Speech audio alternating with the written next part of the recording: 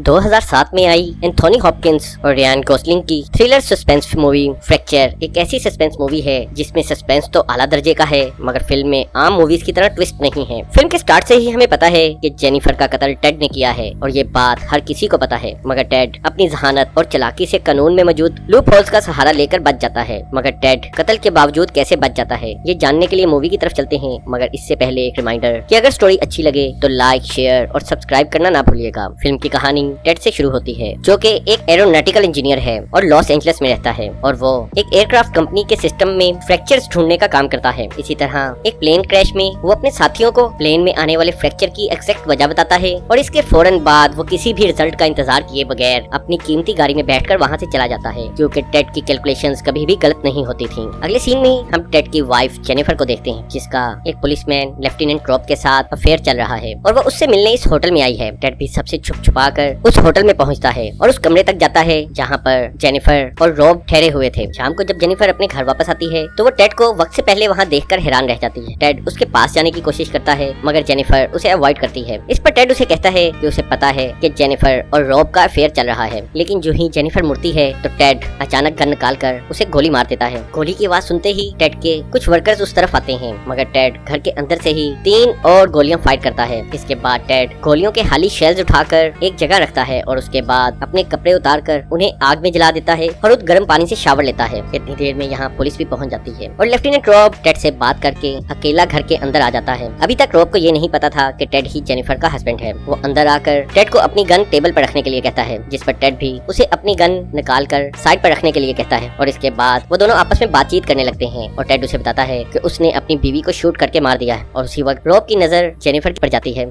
और ये देखते ही रॉब टेड पर हमला कर देता है, लेकिन उसी वक्त बाकी पुलिस वाले अंदर आ जाते हैं और टेड को अरेस्ट कर लिया जाता है और यहाँ पता चलता है कि जेनिफर अभी भी जिंदा है, इसलिए उसे फौरन हॉस्पिटलाइज कर दिया जाता है। इसके बाद हमें विली नजर आता है जो कि पब्लिक डिफेंडर ऑफिस में काम करता है और आज तक विली कोई केस नहीं हारा था। विली का एक कोलीग उसे टेड के केस के बारे में बताता है और विली इस केस को बहुत ही सिंपल समझता है क्योंकि पुलिस के पास टेड का कन्फेशन और मर्डर वेपन दोनों ही मौजूद थे, इसलिए बिली ये केस ले लेता है। इसके बाद बिली कोर्ट रूम में जाता है और वहाँ पता चलता है कि टेड ने किसी लॉयर को हायर नहीं किया बल्कि वो ये केस जल्द से जल्द शुरू करना चाहता है। ये बात विली को कुछ अजीब लगती है लेकिन वो इस बात को नजरअंदाज कर देता है। कोर्ट रूम के बाहर विली को कैप्टन रॉब मिलता है जो उसे बताता है कि टेड एक इंतहाई चालाक आदमी है, मगर विली इस बात पर यकीन रखता था कि सारे एविडेंस टेड के खिलाफ हैं, इसलिए टेड को सजा जरूर मिलेगी। विली असल में एक नई लॉ फर्म ज्वाइन कर रहा था और इस सिलसिले में वो एक मीटिंग पर जाता है जहाँ उसकी गर्लफ्रेंड निकी भी थी और वहीं विली को एक फोन आता है जो कि इन्वेस्टिगेशन ऑफिसर का था और उसने फोन पर विली को बताया कि उन्हें टेड के पास से जो गन मिली है वो आज तक कभी चली ही नहीं और पूरा घर चेक करने पर भी वहाँ कोई दूसरी गन नहीं मिली। ये सुनते ही विली थोड़ा परेशान हो जाता है क्योंकि वो जानता था कि बगैर मर्डर वेपन के वो ये केस नहीं जीत सकेगा, इसलिए अगले दिन वो फोरेंसिक टीम के साथ टेड के घर जाता है मगर पूरा घर छानने के बावजूद वहाँ उन्हें कोई दूसरा वेपन नहीं मिलता। इसके बाद विली को पता चलता है कि टेड की गन पर कोई दूसरे फिंगरप्रिंट्स भी नहीं है और इसके अलावा टेड के कपड़ों पर कोई गन पाउडर भी नहीं मिला जो कि इंतहाई अनयूजुअल बात थी। विली को यकीन था कि वो मर्डर वेपन असल में घर में ही है, इसलिए वो पुलिस को घर की मजीद अच्छे से तलाशी लेने के लिए कहता है। अपने ऑफिस में विली को टेड के पास से आई एविडेंस की फाइल मिलती है जिसके हर सफे पर लिखा था नो। ये सब देखने के बाद विली टेड से मिलने जेल में जाता है मगर विली ये देखकर हैरान रह जाता है कि टेड को इस केस की कोई भी टेंशन नहीं थी, बल्कि वो विली को समझाने की कोशिश करता है कि अगर वो अपना ट्रैक रिकॉर्ड अच्छा रखना चाहता है तो वो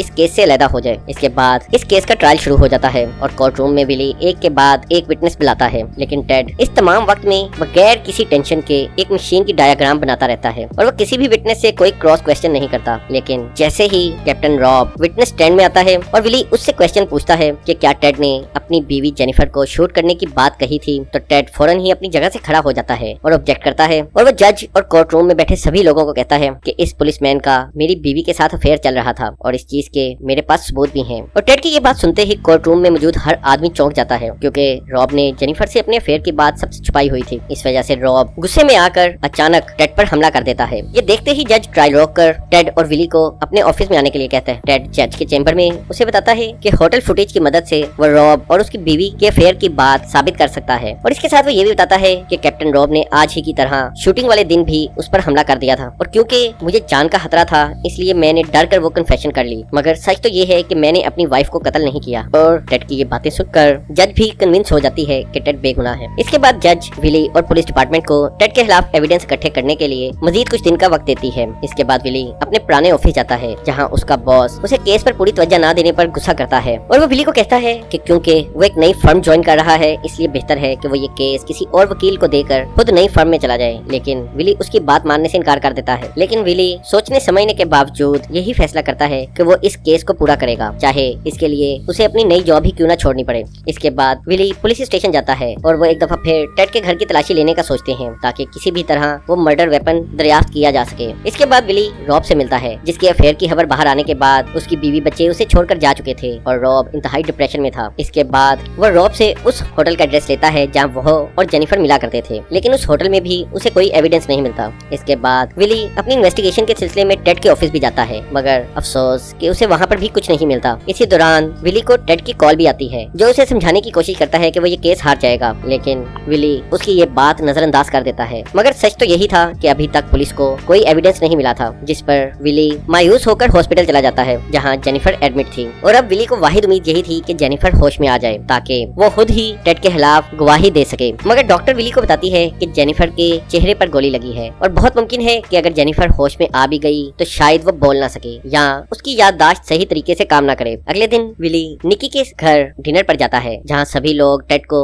इस केस से अलग होने के लिए कहते हैं, मगर निकी का बाप जो कि एक जज था वो विली की तारीफ करता है और उसे कहता है कि वो एक कातिल को सजा दिलाने की कोशिश कर रहा है, जो कि उसके नजदीक एक बहुत अच्छी बात है। उसी रात लेफ्टिनेंट रॉब विली के घर के बाहर आता है और वो विली को समझाता है कि टेड एक इंतहाई चालाक आदमी है और एविडेंस ना होने की वजह से वो छूट जाएगा। इसलिए वो विली को कहता है कि उन्हें टेड के खिलाफ एक झूठा एविडेंस प्रोड्यूस कर देना चाहिए, मगर विली इस बात को मानने से इनकार कर देता है क्योंकि विली खुद कानून तोड़कर इस केस को नहीं जीतना चाहता था। अगले दिन विली को होटल की सीसीटीवी फुटेज मिलती है जिसमें उन्हें शूटिंग वाले दिन टेड नजर आता है, मगर टेड ने इस फुटेज में एक कैप ली हुई थी और इसी वजह से उसका चेहरा साफ नजर नहीं आ रहा था, इसलिए ये फुटेज भी कोर्ट में एविडेंस के तौर पर पेश नहीं की जा सकती थी। विली का मानना था कि टेड इंतहाई चालाक आदमी है और यकीनन वो कुछ प्लान करके ही उस होटल में गया होगा, मगर ये प्लान क्या था इसकी उन्हें कुछ समझ नहीं आ रही थी। और आखिरकार विली रॉब के नकली एविडेंस प्लांट करने के आइडिया से मुत्तफिक हो जाता है और वो रॉब को फोन करके नकली एविडेंस प्लांट करने की हामी भरता है। अगले दिन कोर्ट में टेड जज से केस डिसमिस करके उसे छोड़ने की रिक्वेस्ट करता है क्योंकि अभी तक पुलिस कोई ऐसा एविडेंस पेश नहीं कर सकी थी जिससे ये साबित हो कि टेड ने ही जेनिफर को शूट किया था। इस मौके पर जज विली से पूछती है कि क्या उसके पास कोई एविडेंस है और इस मौके पर विली काफी सोचता है और आखिरकार वो ये फैसला करता है कि वो नकली गन प्लांट करने वाले अपने मंसूबे से पीछे हट जाएगा। इसलिए वो जज को कहता है कि उसके पास ऐसा कोई एविडेंस नहीं है। इसलिए जज केस को डिसमिस करके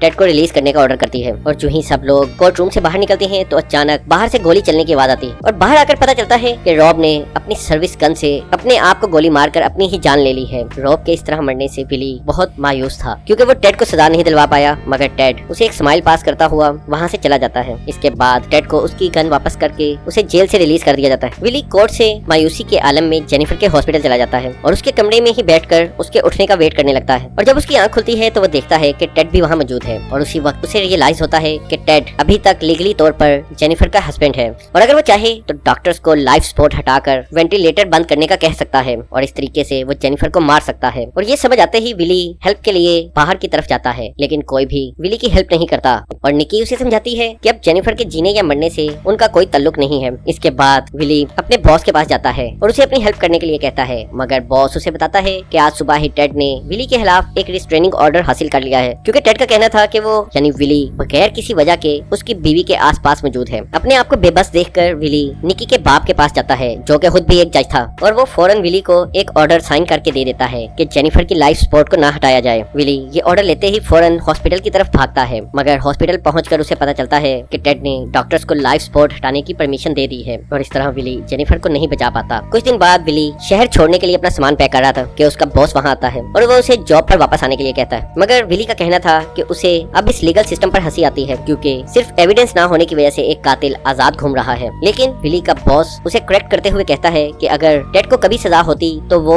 अटेम्प्टेड मर्डर में सजा होती क्योंकि उसकी गोली से जेनिफर मरी नहीं थी। ये बात सुनते ही विली के जहन में अचानक ही एक ख्याल आता है कि वो टेड को मर्डर में ना सही अटेम्प्ट ऑफ मर्डर में जरूर सजा दिलवा सकता है। इसलिए वो टेड के केस को एक दफा फिर स्टडी करने लगता है और इसी दौरान टेड की फाइल्स और सीसीटीवी फुटेज देखते हुए विली को एक कॉल आती है और वहाँ मौजूद विली का पुलिसमैन फ्रेंड गलती से उसका फोन उठा लेता है क्योंकि उन दोनों के सेल फोन बिल्कुल एक जैसे थे और इस सेल फोन वाली कंफ्यूजन पर नजर पड़ते ही विली को टेड का तमाम प्लान और तमाम चालाकी फौरन ही समझ आ जाती है और विली को समझ आ जाती है कि रॉब और टेड की गन बिल्कुल सेम मॉडल की थी। ये देखते ही विली टेड के घर जाता करता है और उसे उसके मास्टर प्लान के लिए अप्रिशिएट करता है। असल में टेड ने जेनिफर और रॉब के अफेयर का पता चलने के बाद रॉब के ही सर्विस रिवॉल्वर की तरह सेम गन खरीद ली थी और असल में जब वो होटल गया था तो वहाँ उसने अपनी गन को कैप्टन रॉब की गन के साथ बदल लिया था और शाम को उसने रॉब की गन से जेनिफर को फायर करके जख्मी कर दिया। और जब उसके घर आकर कैप्टन रॉब जेनिफर को देख रहा था तो उसी वक्त टेड ने अपनी गन को एक दफा फिर कैप्टन की गन के साथ बदल लिया और अपनी